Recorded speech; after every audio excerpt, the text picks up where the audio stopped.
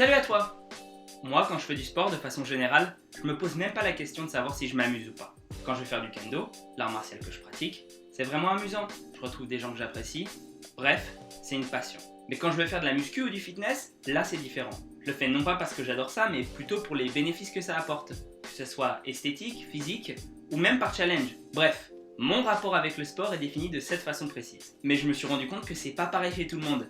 Et se motiver pour être en forme, c'est bien souvent ardu. Je me suis donc mis dans la peau de personnes qui ont plutôt tendance à aller à reculons à la salle. Pour te proposer aujourd'hui 5 façons de s'amuser en faisant du sport. Première chose, trouve une activité qui te convient vraiment. Il n'y a pas vraiment besoin de faire de la musculation ou du fitness pour être en forme. C'est même plutôt la solution de dernier recours.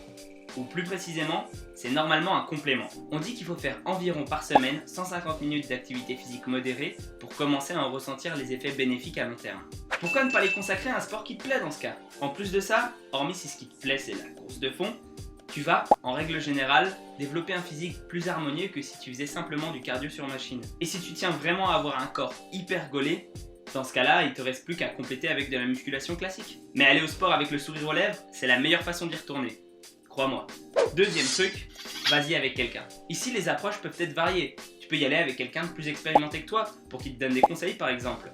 Ou alors, avec quelqu'un d'à peu près ton niveau, pour que vous puissiez un peu vous tirer la bourre. Seulement évite, si tu as déjà du mal à te mettre à l'activité physique spontanément, d'y aller avec quelqu'un qui est encore moins expérimenté que toi, parce qu'il risque de te tirer vers le bas en termes de motivation. L'important c'est de s'assurer que la personne est fiable et disponible, parce que même si c'est ton meilleur ami, s'il vient qu'à une séance sur 3, et que toi t'avais prévu de toutes les faire, forcément tu vas te décourager au fur et à mesure. Ceci dit, si tu as un bon partenaire, tu vas voir que ta fréquence d'entraînement va littéralement s'envoler, et c'est ça qui est beau.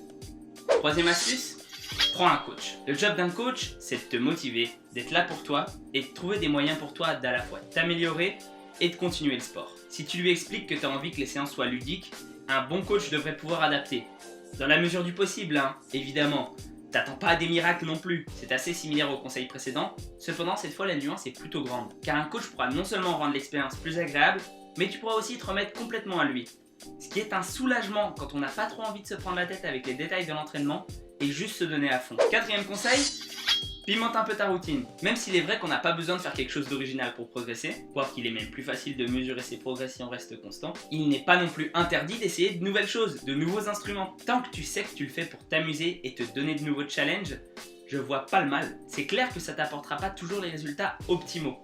Parce que comme ailleurs, c'est bien souvent ce qui est le plus dur qui récompense le plus. Mais c'est pas forcément grave pour autant. Après tout, c'est quand même bien plus intéressant d'être motivé et bien dans sa peau à long terme que d'avoir 1,5 cm de tour de bras en plus, tu penses pas? Cinquième et dernière astuce, fixe-toi des objectifs à court terme. Bon ok, ça c'est pas vraiment dans le domaine de l'amusement, mais plutôt dans celui de la satisfaction. Il n'empêche que si tu te fixes un petit objectif par séance et que tu t'appliques à le réaliser, tu vas te sentir bien une fois que tu l'auras fait.